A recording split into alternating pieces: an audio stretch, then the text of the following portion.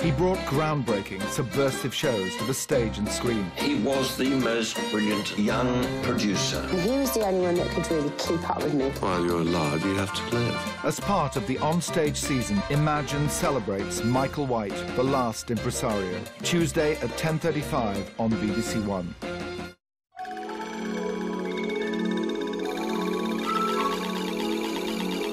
Later with Jules is a change to tonight's schedule at 11. Before that on BBC2, and including some strong language, one of the world's most enduring rock stars explores wider horizons.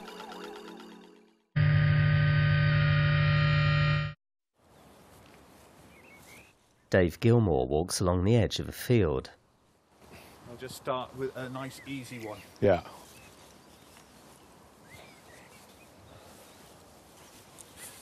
Who is David Gilmour? God, that's easy. I wish I knew. I have no idea. Someone who spent his life driven by music more than anything else, I would say. The knobs, dials and switches on a piece of audio equipment, then David on stage with his guitar. David John Gilmour was born on Wednesday the 6th of March 1946 in Cambridge, England, the third child of Sylvia and Douglas Gilmour. At the age of 21, he joined the band Pink Floyd, who subsequently went on to sell over 250 million albums. His playing style and trademark guitar sound is known the world over, and in 2011, Rolling Stone magazine ranked him one of the greatest guitarists of all time. A young David Gilmour, long-haired and bare-chested, playing at an outdoor gig.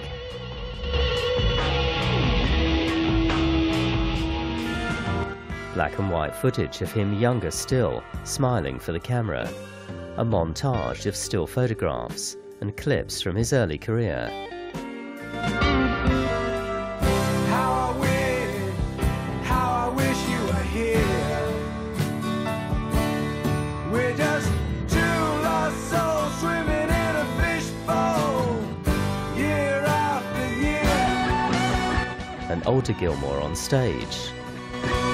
His latest solo album, Rattle That Lock, recently entered the UK charts at #1. And now, for the first time in 9 years, he's embarked on a tour that's seen him perform sold-out shows in amphitheatres and grand halls across Europe and at the Royal Albert Hall in London.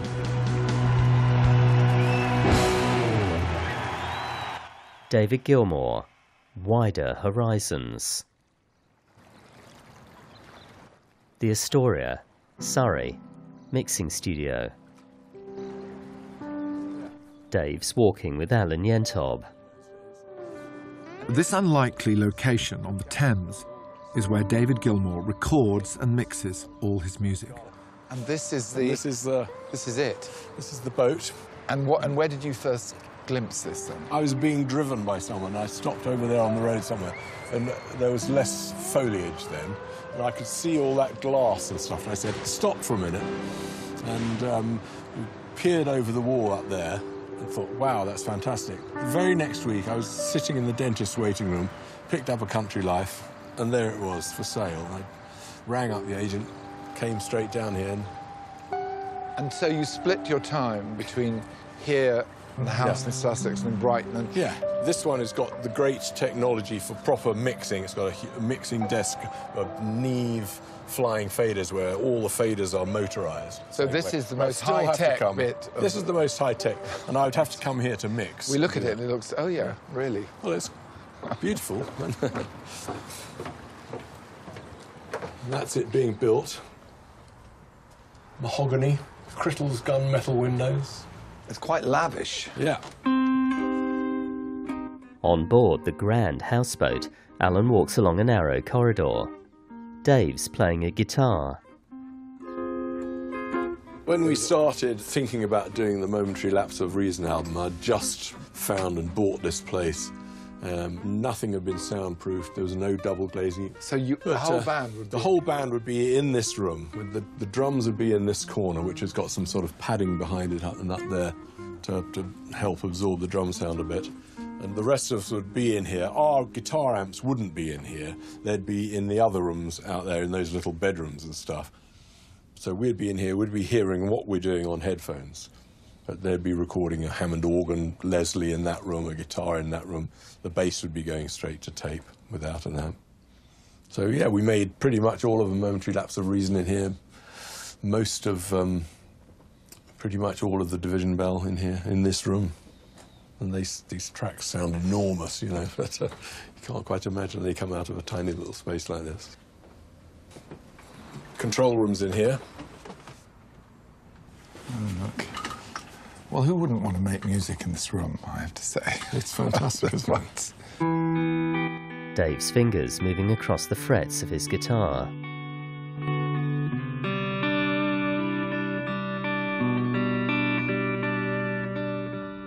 What's your first memories, then?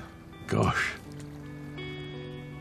I have one sort of snapshot memory of me when I apparently left my nursery school at about the age of 3, which was in Homerton College, where my mother had been doing teacher's training, and trying to walk home 3 miles to the other end of Cambridge down Hills Road. That's the first snapshot memory I can think of. So what kind of a family life was it? Your father was a professor, an academic. My father was a university lecturer at Cambridge, lecturing in zoology and genetics. My mother had been at teachers' training college, but she never really went into teaching. Later she became a film editor at the BBC, working on Junior Points of View. You went to boarding school when you were 5 years old? Yes. My dad went to a university in Madison, Wisconsin for 6 months, and we were popped into a boarding school in Buckinghamshire. And it was me at 5, my sister maybe just approaching 7, and my brother who was 4. And we were put in there for a year. My parents only spent one term, 6 months, in fact, in America, and then came back and lived in Cambridge, but they didn't see fit to take us out for Christmas or for the next 2 terms, while they remembered what life was like without children. And when are the first experiences of music? When did that first begin to resonate in your life as a kid? I mean, we had the radio on all the time and records on all the time. My parents had a very early stereo hi-fi system in the house. They loved lots of music. They loved show music, On the Town, West Side Story when that came out. And my mother played a bit of piano, and my father loved singing, you know, in the house, in the bath. There was a lot of musical noise going on constantly. But the first big sort of éclat sort of moment, you know, was Bill Haley's Rock Around the Clock, which came out when I was 10. We're gonna rock around the clock tonight. Put your glad rags on. Join me home. We'll have some fun when the clock strikes 1. We're gonna rock. And that was brilliant. And shortly after that, Elvis Presley with Heartbreak Hotel. Well, it's down at the end of Lonely Street, that Heartbreak Hotel. A record needle on spinning vinyl. You still listen to it and you think, what a brilliant record. I mean, it is... There's so little going on. Hardly any drums, if any. Just a bass and a piano and a guitar and a voice. But he was absolutely magnetic. The farmhouse, Sussex, home studio. And this is home, in the Sussex countryside. Hello, Mr. Cullen. It's David Gilmour's musical laboratory. Climbing steps. So, explain to me what happens here. Well, this, as you can see, this is a music room.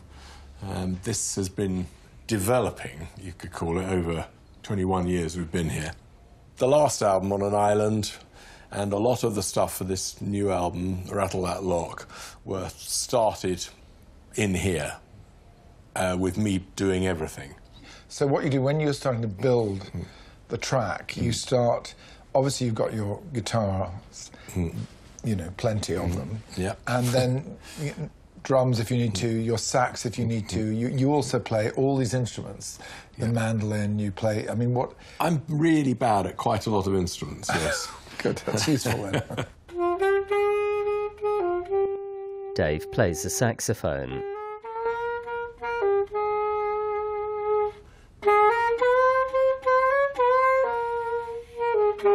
Phil Manzanera, Roxy Music guitarist and record producer.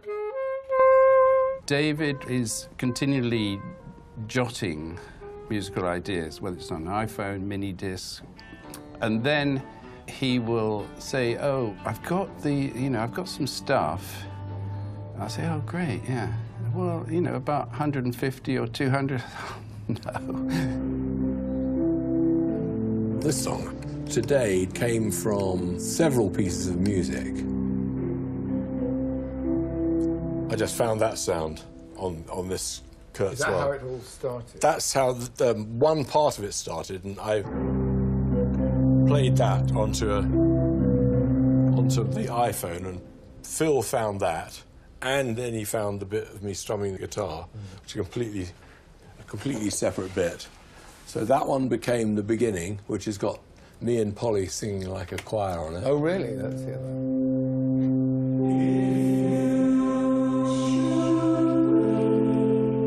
I'd listen through over a period of weeks or whatever, and then I try and see if there's any sort of bits that would work with other bits. Not all of those are terribly successful, and maybe some of them scare him. But there's been a few that survived. So this is a bit that I recorded on my iPhone. I was in a studio and had an electric guitar plugged in, but didn't want to turn the gear on and get everything running. I just thought, this is a nice thing, I'll remember it. So I turned my phone on to remember it. And Phil found this bit just like this. And he stuck it together with the other thing. And then, you know, when you add all the instruments on...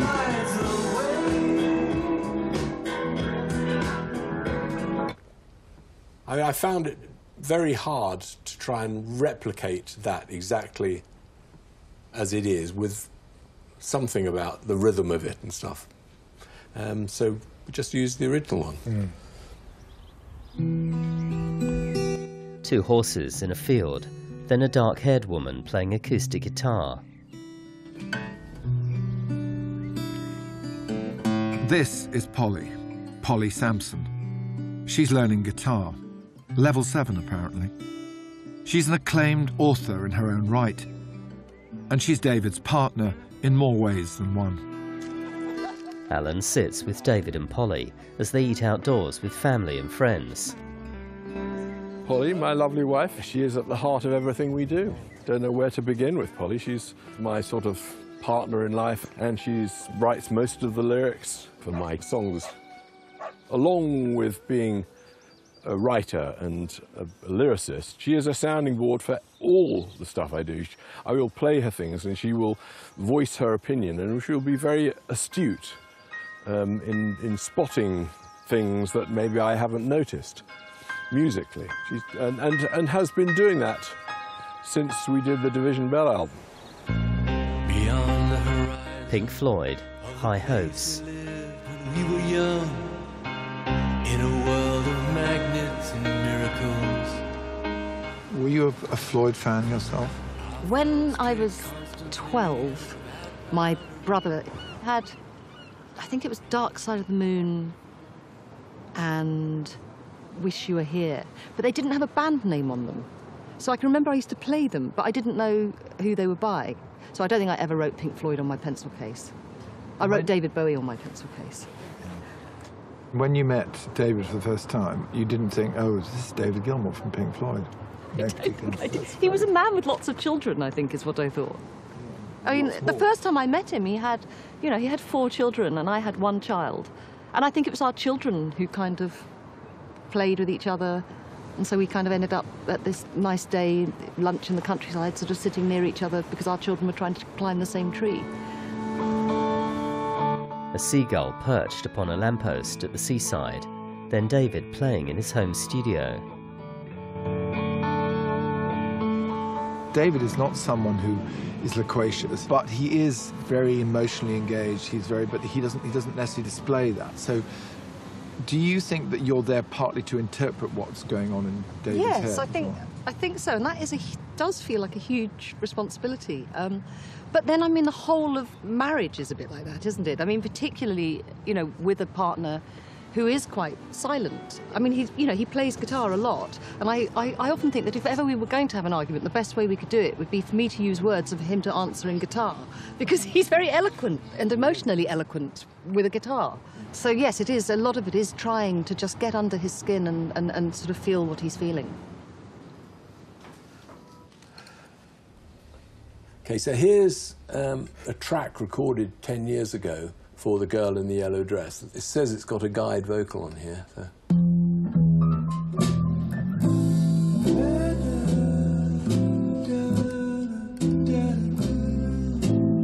The Girl in the Yellow Dress, demo version. Was the process always the music first? Was he kind of humming to you in bed, or what? No, it's always music first. And nowadays, he puts tracks on my iPod, and I just walk up and down playing all the tracks. And eventually, you know, one or two start to suggest things to me.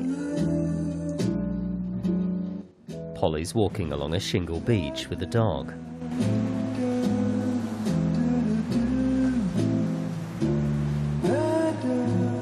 That would be what Polly would have on her headphones and would be listening to when she wrote the lyrics to that. So that's really interesting because, you know, you sort of feel it's almost got the words on it. Yes. His scats really do sound like someone singing in tongues. I mean, it's as though the words are just sort of under the surface, and it's quite interpretive at that point. Album version. This girl gets right down in a groove, moves and moves, leads him on. Most people imagine that people writing lyrics will be sitting down at a table and crossing things out and writing things down. Do you write anything down? It's a bit, actually, it's the same for my fiction. I think that the work is done while I walk. By the time I get back to the house, it's like practically like typing, because I've, you know, while walking, I've kind of worked out what it is. But I have a notebook. So, I mean, this will be full of things that are not all to do with lyrics, but, yeah, this was the start of today, I think. It looks to me like a wide Sargasso sea of shit. Yes, I had written a wide Sargasso sea of shit, which was, I think it became something else in the song, but I think it was a missing line, and I thought I'll get to that line later, and so I think I had written in the song a wide Sargasso sea of shit. Clouds above the farmhouse, and David working in the studio, shoes hanging from a wooden beam, and a collection of rosettes. Now David's playing a banjo.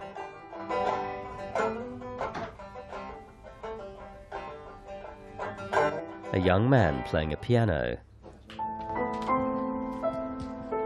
I wish I'd learnt the piano properly when I was young, and that I'd learnt to read music and could do all that stuff. Still can't read music. So you just kind of know that your children will be grateful for having learnt piano when they're adults, but they certainly aren't when they're young. It's just a chore. So they've all had piano lessons until they were bored to tears and begged us to be allowed to stop. Now they are moving forward, learning things by themselves. It's terrific. They are thoroughly enjoying it. Gabriel's piano playing, since he stopped having lessons, has gone from strength to strength, and is in fact playing on one of the songs on the album, purely because he's the right person to be doing that job. Well, Romney's picked up the ukulele entirely on her own and play a number of chords and will happily sing anything. She's got a really nice voice, you know, with a bit of huskiness to it. Nice low register voice, lovely. Joe is into science and mathematics and is excited by those things, and has got a fantastic direct linear mind that looks to see if there's a better way of doing things, which will stand him in very good stead. They don't want to be musicians, and I don't know if they'll change, and I wouldn't dream of influencing that in any way. You know, Gabriel wants to be a set designer, maybe an actor as well. Romany definitely wants to be an actor. A field of wildflowers. Then David does some sliding fingerwork on a steel guitar, a stringed instrument that's positioned horizontally.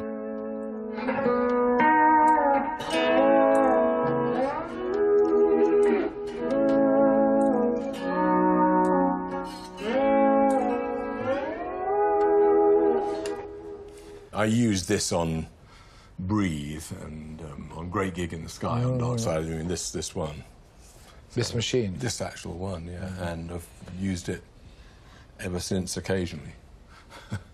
When was your first guitar? Were you yet in your teens or not? My next-door neighbour had a guitar. I was given a guitar. He was completely non-musical. I borrowed it and played it for a while. How old were you? Probably 12, 13. And I think I gave it to him back a couple of times, and then I borrowed it again. I thought, never mind. And he never asked for it back, and I kept it. Basically, yeah. Carved words on a stone gate pillar read Grantchester Meadows, and black and white footage of someone going through a door. My parents moved to America permanently when I was 18 or 19. And they lived in Greenwich Village from 1965 onwards, so, you know, they could see the end of Bleecker Street out of their window. So, I mean, I got Bob Dylan's first record for my 16th birthday, which they sent me from Greenwich Village, you know, and before then they'd sent me Pete Seeger's Guitar Tutor record, which is my only actual instruction was with the Pete Seeger Guitar Tutor record. For most of us, playing a guitar can be about as simple as walking.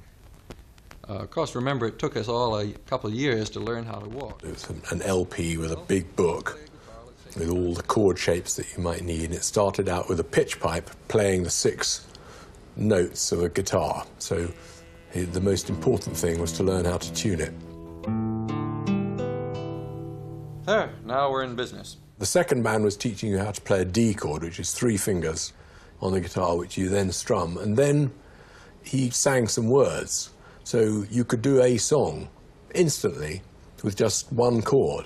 I gave my love a cherry that has no stone. I gave my love a chicken that has no bone. So from the beginning of learning the guitar, I was learning singing as well. And singing is just as important to me. That's your vinyl collection, is it? There's vinyl over there. Well, it's mine and Polly's mixed together in a sort of obsolete pile of tea chests and shelves.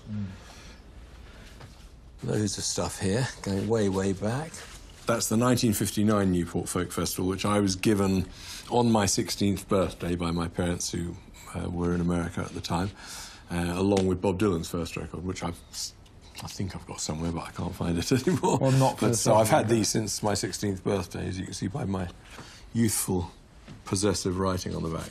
Yes. And I was very into folk music. David Pete Seeger's, Leon Bibb, some great people. And then you can go straight on to something like the Shangri-Las, you know, girl group in the 60s, early 60s, produced by a guy called George Shadow Morton, who painted oral pictures. I mean, Remember Walking in the Sand, Past, Present and Future, they're like movies.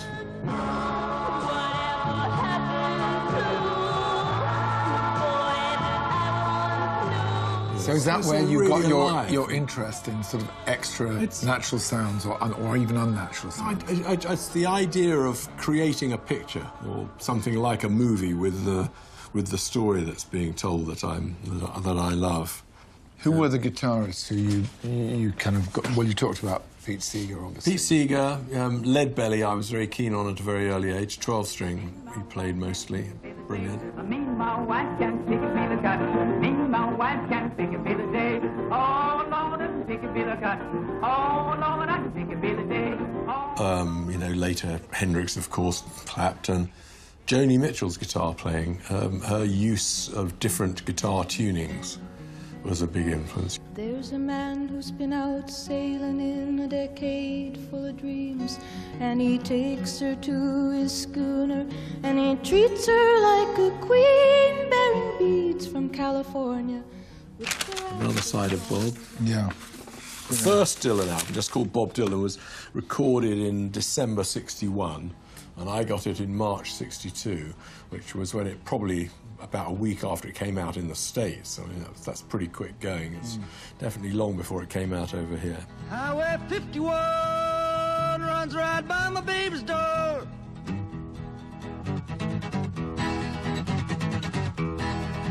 Highway 51. When I went into the sixth form at school, the music teacher had given up doing music lessons by then for the sixth form. He just said to people, bring in a record, we'll play it and we'll talk about it. And so I brought Bob Dylan's first record in. I absolutely loved it. Played it. Silence. I was the only one who liked it. I went to see him at the Festival Hall. At one point, he lost a harmonica. He said, has anyone got a harmonica in C? And half the audience came rushing to the front line with harmonicas. Footage of a younger David playing harmonica with Pink Floyd. Rick Wright holds a microphone to record a dog's howling.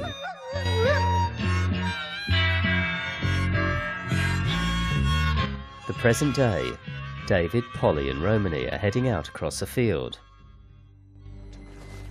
Everyone through that way. But we're going this way. David's carrying an acoustic guitar. This is whatever. Family is everything.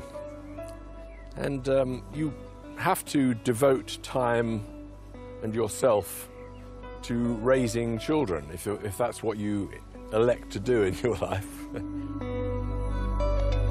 Gabriel flies a drone. So yeah, I'm loving my life with my family, raising these children. And when I was a young man, ambition, you know, the desire to be together with these other guys in a pop group, you're very, very driven and ambitious, and otherwise you won't get anywhere. And I certainly was, and I'm sure there's still vestiges of that sort of ambition still around, but I'm not as ambitious as I was. I've had that. It's been fantastic. I put just as much work and effort into making a record, but I can prioritize my time better. David's family listens as he plays. Play Postman Pat.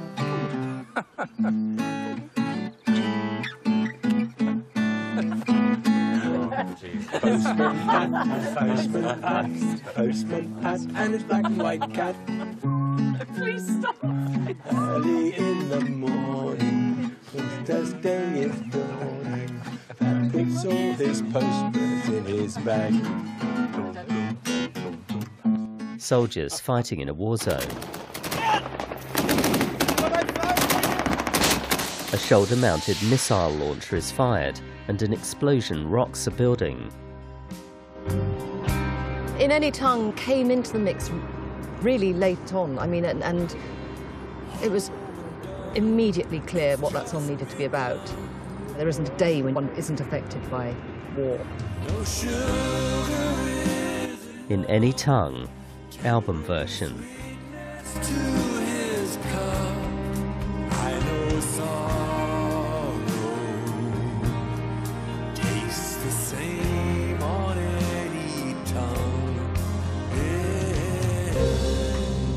In Any Tongue, recording session. David's son, Gabriel, plays piano.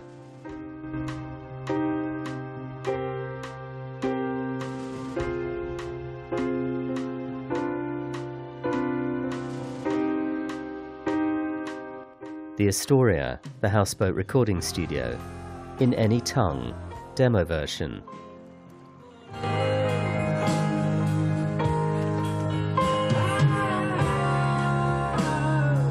when I'm singing this sort of vocal, I try not to constrain myself, and if consonants feel like coming out, they do. It's completely meaningless, you know.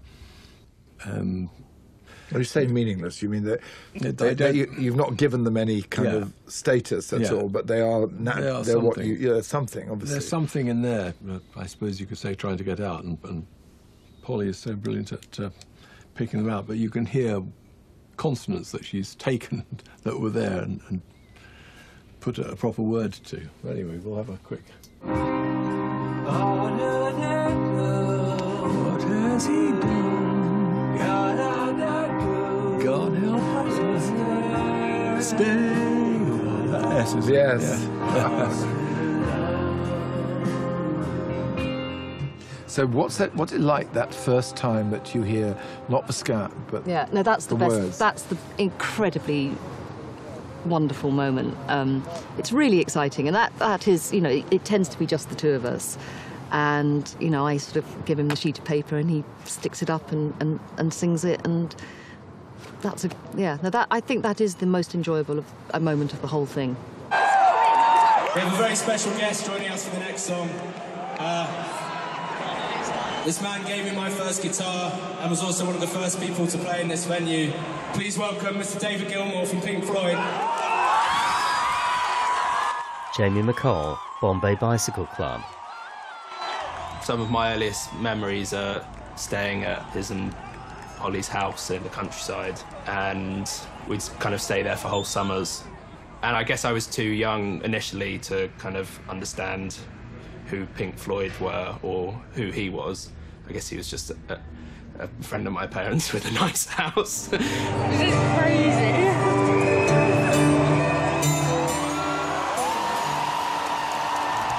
He was the first person that told me I had a nice voice, which I probably didn't appreciate at the time, but looking back, that was pretty cool. So you think you can tell heaven from hell, blue skies from pain? We have a very young fan base. Initially, I was a bit worried that all these 16-year-olds would have no idea who he was. But as soon as he walked on stage, I just have this very vivid memory of this 16-year-old boy in the front row, like tears streaming down his face with happiness. When we were actually learning the song, I went on YouTube to kind of look up a live version to see how he'd done it live in the past, and the first thing that came up was him and my dad playing it at the Royal Festival Hall. It had something like 20 million views, and it suddenly all felt quite familial and circular in some way, that my dad had done it and now I was doing it. So you think you can tell heaven from hell? Pretty much everyone on my dad's side in the family is a musician. He's a guitarist called Neil McCall, and his parents were Ewan McCall, the folk singer, and Peggy Seeger, also a folk singer, and her brother was Pete Seeger. And strangely, I think David actually learnt to play guitar initially by listening to these instructional records that Pete Seeger had made. So yeah, it's all connected in some strange way, I think. King Alfred Leisure Centre, Hove. Tour rehearsals. David leads Alan into a large rehearsal space. So here we are, rehearsal room. So there's a lot of stuff here. Well, this is basically pretty much what we have on stage. We all have our full sort of stage kit. Are you going to take all these on tour when you go? Yes, all these things come with me. Okay, let's John, would you play it off the thing? Because I can't really remember what I should be doing. David takes a seat. Start, just play it again, yeah. He puts a piece of paper down in front of him. Trying to remember these fucking chords. He smiles then writes the chords down.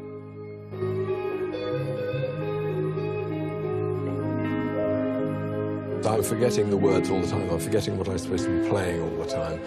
Gradually, as you relax into it, you get more and more close to what you're doing. But I'm constantly, you know, I'm listening to what everyone else is doing, trying to say, remember to say this at the end. Or I just stop and we do it. And I have all the lyrics here. All of these I need to know by the time we get going. I have Shine On You Crazy Diamond. I have a bit of a mental block about that. So that is here, and that sits on the floor during every show, so with the start of the line, so I get the right lines in the right order, because for some reason I can remember 50 songs, word perfect all the way through, and I have a rotten memory. Got that on the F? 1, 2, 3, 4. Bum, bum.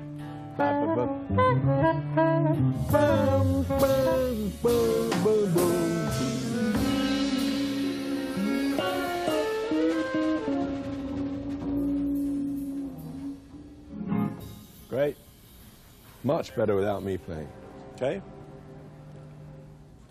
David arranges some sheets of paper on a music stand, then starts to play.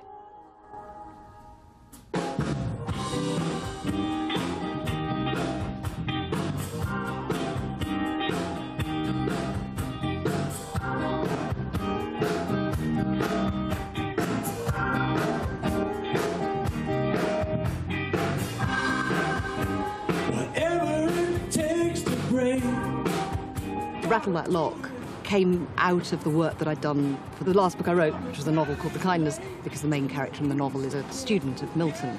I knew that I wanted to write a song about the need to protest, and I suddenly remembered Book 2 of Paradise Lost and Satan's heroic journey to go and challenge God, and I thought, well, actually that would work really well. Within that is everything I want to say, and I ran back and picked up the book, and there it was, and it was a huge, huge help. It's a sort of, not exactly a call to arms, but it's encouraging people to stand up for themselves and shake it about a bit.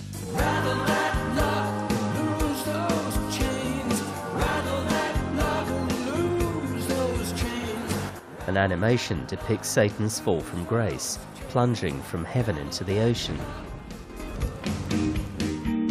Okay, let's do Today, just to cheer ourselves up, then we can fuck off. Da, da, da, da, da, da, da, da. Do we stay up? We stay up, you know? Yeah. Today, always, today. New day. New day when the weight of the world. Just a day when the weight of the world. The tall spires of a Cambridge University building, then the pillar-marked Grantchester Meadows. When that fat old sun in the sky is falling, summer evening birds are calling. Way back when you were living in Cambridge, that's when you met Sid Barrett, isn't it?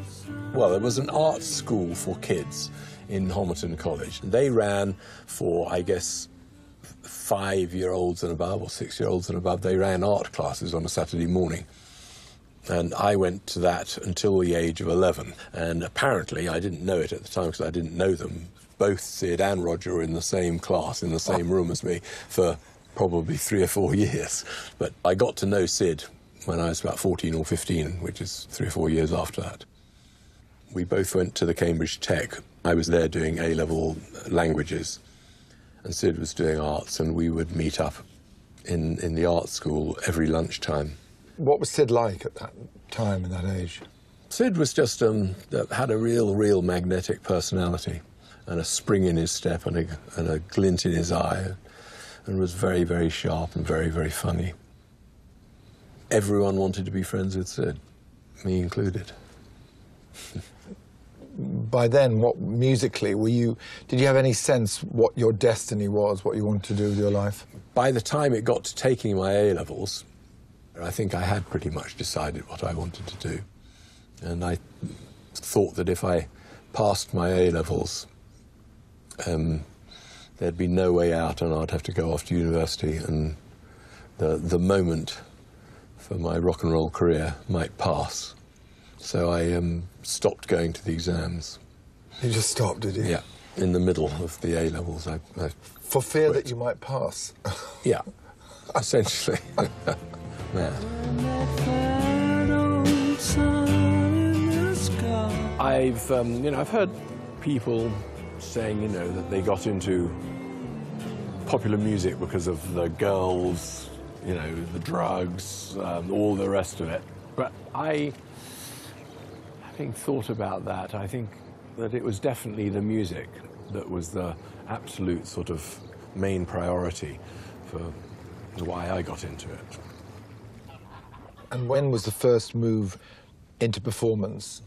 I suppose when I was 17 or 18, I started, joined a band or two, that you sort of flit in the door and out of the door very quickly.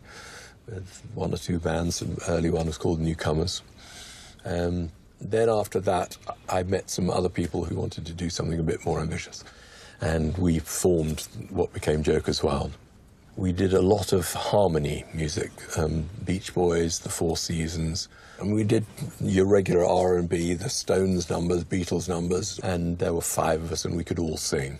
How did you keep pace with what was happening if you were doing all these covers? It was competitive covering, you'd a new Beatles record, for example, would come out and we'd rush down to Miller's music store and we'd gather together in one of the little booths. And they used to have those stand-up booths where you could fit 3 people in like that listening to a single. But they also, at Miller's, had bigger room booths, which are about 6 foot by 6 foot, and you could get 4 or 5 people in, and you could listen to a whole LP.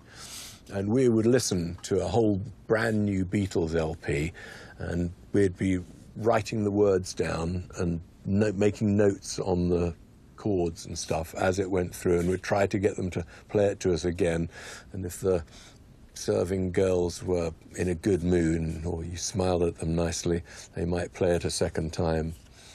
And then while you're setting up for a gig that night, you'd rehearse 1 or 2 of the ones that seemed easiest and you'd got to know well, and then you could announce, over your PA, and this is one on a song called such and such from the new Beatles album, which is out today, and it was, it would be massively exciting to play a really bad rendition with all the wrong words and all the wrong chords, but all you could manage to pick up in 1, maybe 2 listens.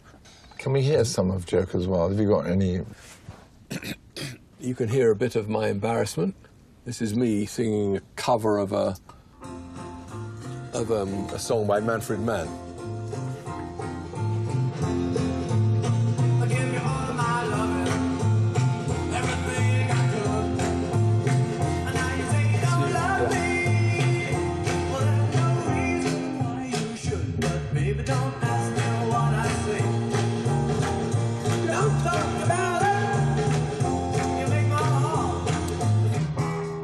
Yeah, 4 seasons, substantially on this, 3 by then.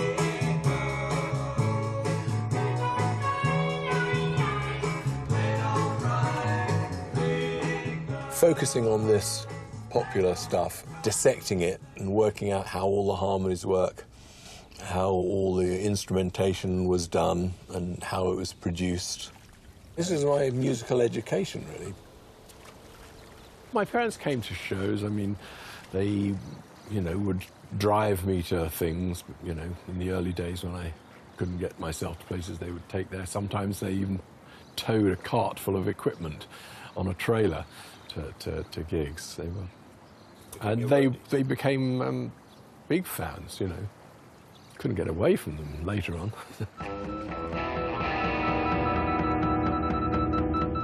So there was Joker's Wild, and then, of course, there was Pink Floyd. Joker's Wild had done a few gigs on the same bill with the early version of Pink Floyd.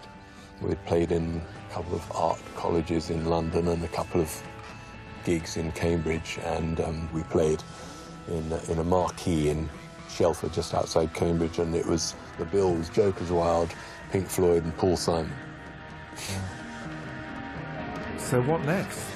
After I packed up with Joker's Wild, I started moving between London and Cambridge a lot, and some people I ran into in London offered me a job with a band in a nightclub in Saint-Etienne in France. Then we just hung around in France for the best part of the next year. And then, you lucky chap, you got to work with Brigitte Bardot. Yes, I went in and sang a couple of songs on a film, for a film soundtrack, which was called 2 Weeks in September, which starred Mike Sahn and Brigitte Bardot.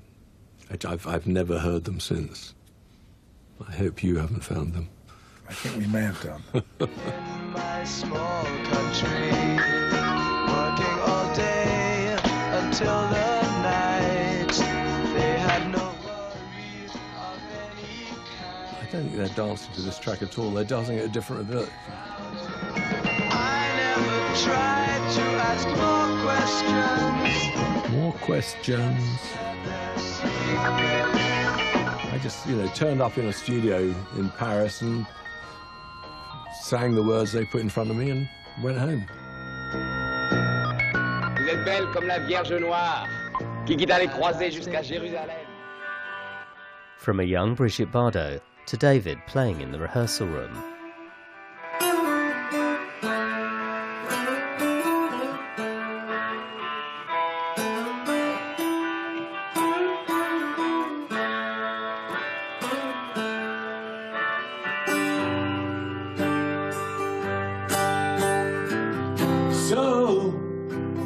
So you think you can tell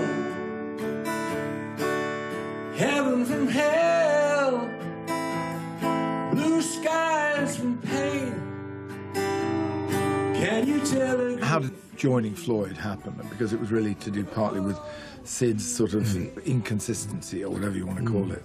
Well, Sid, I knew the guys from the Pink Floyd pretty well. I called Sid, and he invited me to go along to a recording session. They were recording See Emily Play. There is no other day. Let's try it. But he was very strange. How?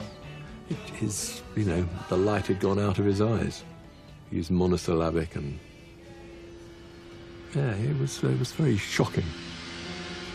So how did this transition, how did it happen then? I went to see them playing at a party at the Royal College of Arts, just next door to the Albert Hall. And at that party, which must have been November maybe, Nick came up to me and said, whispered in my ear quietly, if at some point soon, we asked you to join, what would you say? And I said, well, I'd probably say yes. We did 5 gigs together as a 5-piece, which was pretty strange, I can tell you.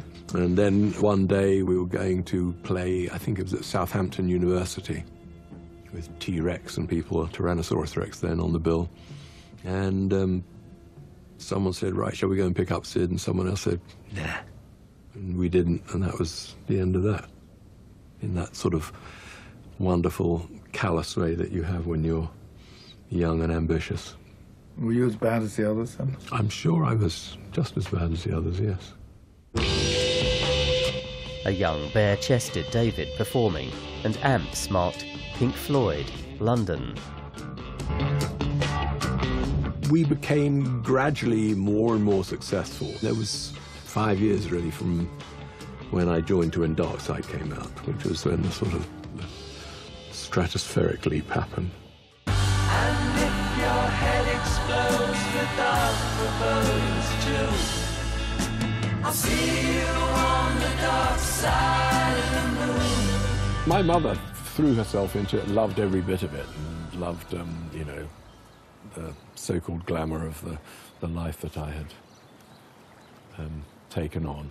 My father less so, only because it could have emasculated him a little bit.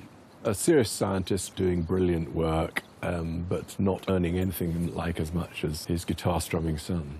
And the thrill my mother got out of that couldn't have been that nice for him at times, I think. Pink Floyd's studio footage. We run back and drop in a bit? Yeah, you can if you like. Just turn it down a bit. I mean, I didn't really make a specific mistake, but... turn it down? Yeah, I can't. My guitar's too loud. Yeah. And that working relationship at that time between you and Roger and Rick and everyone, how was that at that period? It was a sort of a microcosm of what went on later, you know. We all found our place in the hierarchy and made it work for ourselves, you know. You call it a hierarchy? Well, it is. I mean, these things always have a hierarchy, I think. There's Roger at the top, me next, then Rick, then Nick, in terms of who did the most commanding, bossing things around. But I felt that in my position I was sort of more the leader of the musical side of things. And Roger was definitely, in terms of the lyric and the driving force, sort of way it was. We have some pretty good arguments from time to time, yes. And, you managed to get over them? Yep, we're pretty durable. I never had that moment of thinking, no, I really am a part of this fully. I always thought that I was the new boy, and they enjoyed that. They enjoyed playing on that. Yes, I mean, but, you know, in that sort of jokey way that you do, you know, they would always tease me for being the nude boy, even when I'd been in it for 20 years, you know. And what about the next stage, you know, post Dark Side of the Moon and Wish You Were Here? What happened after that? Well, you know, that's ancient history. All that old ancient Floyd history, the arguments, the fights, and well, you can. I mean, we get over it. We did get on pretty well as work people, as work associates, if you want to call it that, throughout those years. But there were changes, you know, everyone's little problems and dissatisfactions all started coming more and more to the fore. Boring. Let's move on to something else. Footage of Rick Wright playing a piano.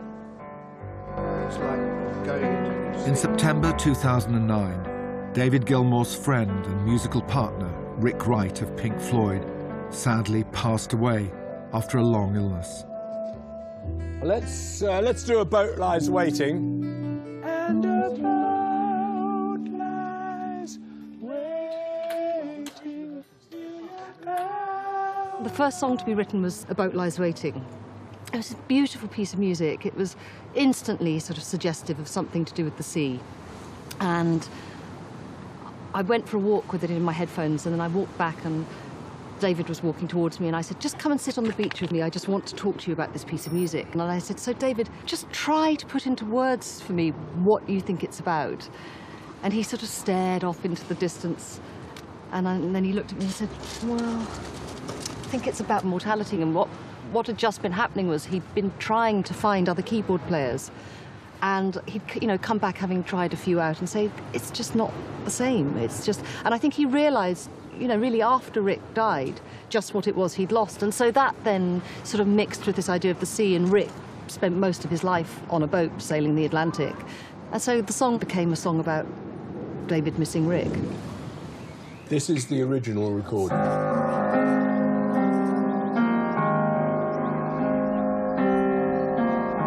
This is Gabriel making an appearance. So that dates this track to 1997, because that's Gabriel as a baby, and he was born in 97. What made you put that in? What? Did you add that later? No, that was here. That I did on a mini disc on the piano in the house. Yeah. And you can hear people wandering around and crockery being washed up and.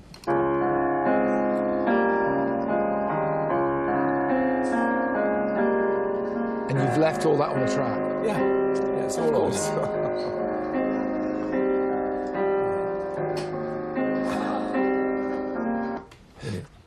Silence, I'd hear you, and a boat lies waiting. On the last album, On an Island, I had managed to get David Crosby and Graham Nash to sing on a couple of tracks from that, so I thought it would be great to get them in again and to recreate their sound with me, because we seem to fit quite well together. And that big harmony thing is something I've always really loved. Something I never knew. In silence I hear you, and the boat lies waiting. Still your clouds are flaming. A yacht floating on a blue sea. There's No Way Out of Here, recorded live at the Roxy Theatre, London, 1978. The first solo album that I did in 1978 wasn't what I was going to be then subsequently doing as my career. It was something to fill in a bit of loose-end time and to just have some fun. Oh, look, mushrooms. He bends to pick them. There are no boundaries set the time, and yet you wasted still. That was to take a simpler approach, just go with a couple of old friends and just play some songs and have a bit of fun and see what happened. I mean, these things were really off the cuff. They would just sit down, play around a bit and say, right, record. But the last thing I did was what became Comfortably Numb. We didn't have time to work on it anymore, and it was still around when we got to starting The Wall the next year. So this is the original recording? Yeah. Put it on the line, put it to the test. I'm just the same as all the rest. I'm not the worst, and I'm not the best. God, I'd forgotten I'd written words even, of some sort. Run out of... There's nothing to live and nothing to die for. There is no future, no past to cry for. I'm just dust floating away on the wind. The rehearsal room. Getting used to that now? Yeah. Yeah, it's good, isn't it? It's great, it sounds amazing, I love it. I wrote Comfortably Numb on that, on that right. guitar, with that this tune. guitar? Yeah, yeah. Oh, that's an honour.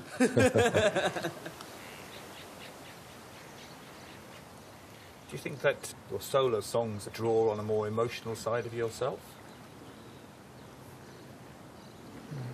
It's hard to say. I don't know. Oh, yeah. Wait.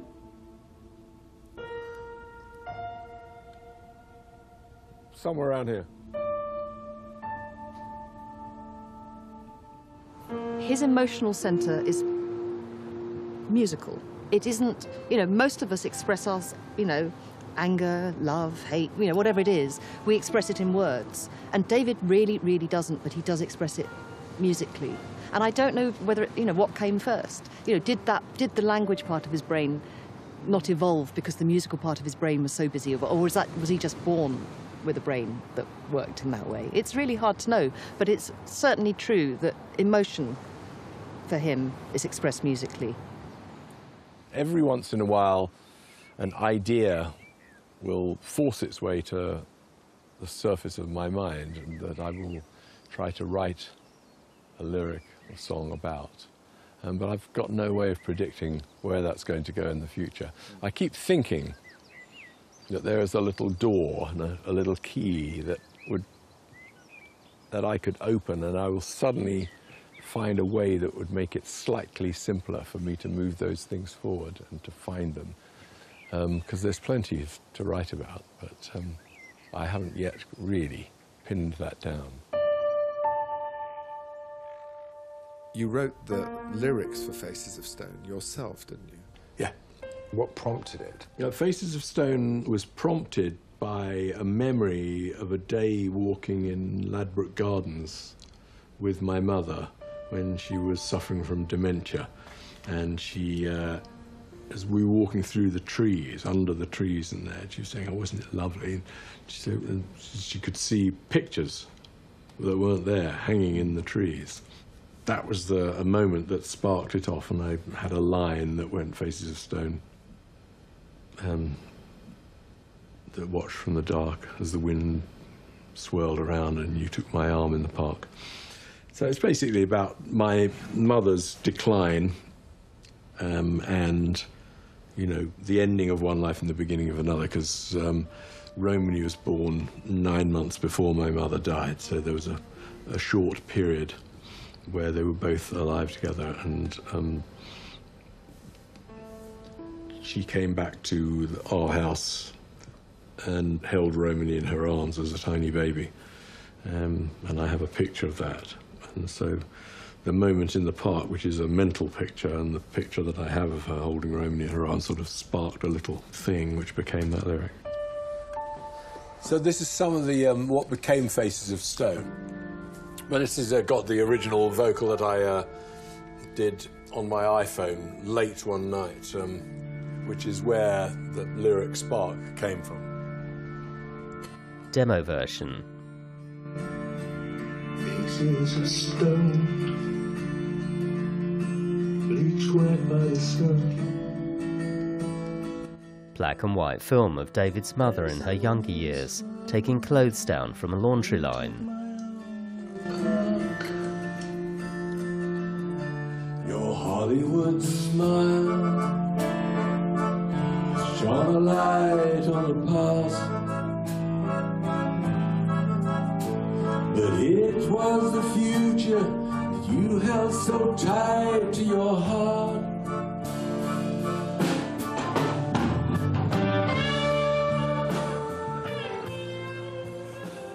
I suppose when you write a song about something specific that has got some emotional content, I mean that one, Faces of Stone, that is related to my mother and her declining years. Yeah, there's an emotional thing in there. I mean, our relationship was very difficult and tricky, and it's good at the moment, right now, to be putting that back into a slightly different perspective and trying to find the affection that was there. You know, I must have loved her, but a lot of the time it didn't feel like I did. Do you miss her? Do I miss my mother? No. No, I don't miss her, I don't think, no. It wasn't a closely knit, emotional type family. And when my mother wanted to be closer when she was getting old, I found it difficult to deal with. I just wanted her to get off, leave me alone. Now is not the time to be trying to do this. The time to be doing that stuff was when I was 5. A brief glimpse of his mother, then David walking alongside a tall hedge. Overlooking the sea, a metal platform adorned with many ornamental knobs. It's just days away from his first live show, and David and the band are catching up, rehearsing new songs and old.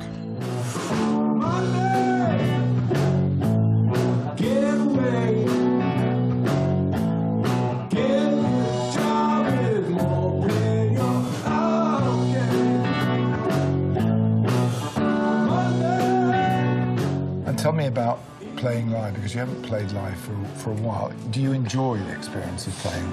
Yes, it's terrific. It's almost like a completely different thing, though, to recording in the studio, where you slave away hermit-like for years and years, perfecting little things. This, you have to do the work in this rehearsal room, getting it as good as you can get it, but then you bash it out, and mistakes don't matter, you know, as long as you get the right overall feel and excitement, and emotional depth to what you're doing, the performance is a great part of it. Pula, Croatia, World Tour opening night.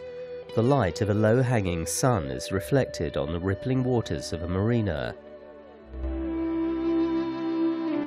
People arriving at the venue, a large Roman amphitheatre. There's a lot that he has to do to be the front man on this show. It's a big job, being David Gilmour. Alan sitting with David. And here we are in Croatia. Never played in Croatia before, never been here, but the Romans got everywhere. Beautiful, isn't it? It is. David takes a photo. How did you find this place? Well, I set my team off onto finding beautiful places, you know. I just think it's fantastic for people's memories of an event to be something special, not be just another sports arena or stadium, you know. They're going to go away again afterwards, assuming I do a reasonably good show. They're going to go away and they're going to remember it, partly because of the place and the setting they were in. And then from here you go...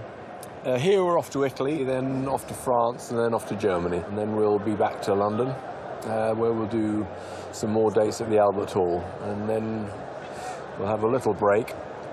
And after this school term is over, we'll head to South America.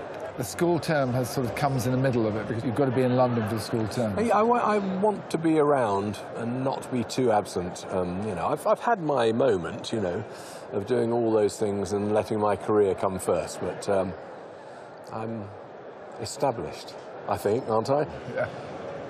There are some performers for whom the crowd is incredibly important, but I sense that it's not just about the excitement of the crowd, it's more about the moment and the music. Is that true? It is. Well, we try very hard to get the music really heartfelt when we do it, but you can never get above sort of 70% or something without an audience.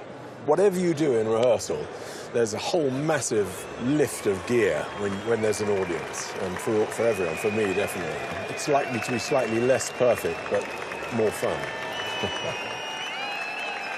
The amphitheatre's packed now as the stage lights dim and David walks on.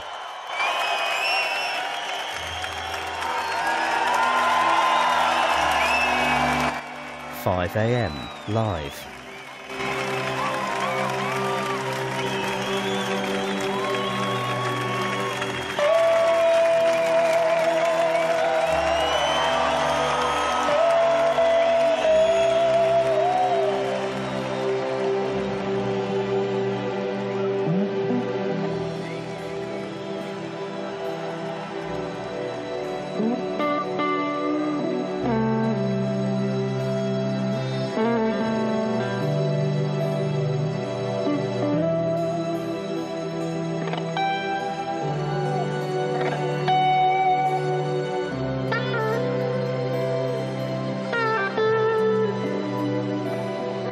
A series of moments from the live concert, audience members holding their hands up and clapping, a circular screen displaying video images of two people backing towards each other, David playing his guitar in many different lights, and the entirety of the packed venue.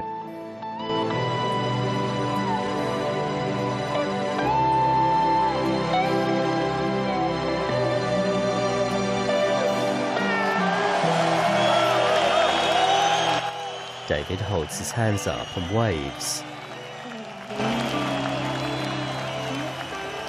Then he and his fellow musicians are taking a bow, their arms around each other. The exterior of the farmhouse, the delicate petals of a rose, then David playing a grand piano.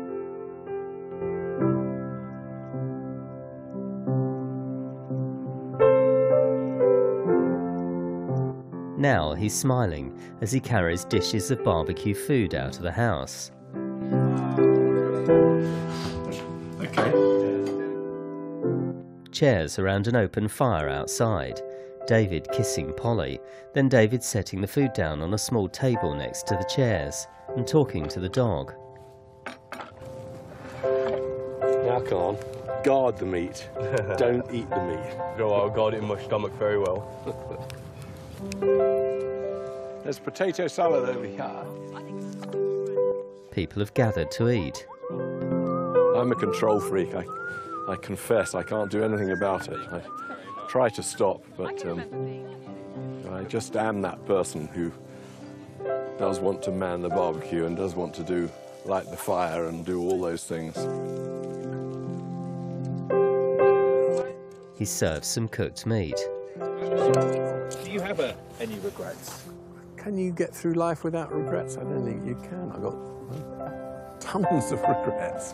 Tons of regrets. I mean, all that silly song, I've got a few, but then again, too few to mention. I've got many regrets, but you get on, don't you? There are things I could have done better, things I should have done better. Night falls. What is your favourite musical memory? Oh, God. There are just far, far too many. I mean, I did play at a Les Paul tribute once in New York in the 80s, I think it was. And I was playing a blues number, and B.B. King sort of wandered into the room and stood on the side. And at the end of the song, he came up to me and said, "Hey, boy, you sure you wasn't born in Mississippi?"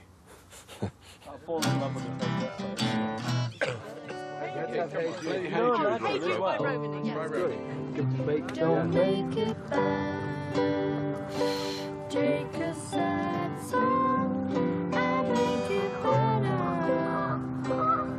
Remember to let her into your heart. Then you can start to make things better. And you feel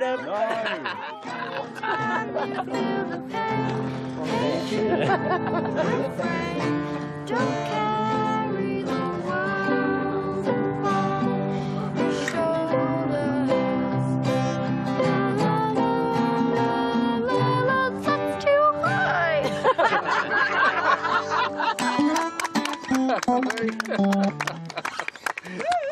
Oh, she knows how to seize her moment, that girl.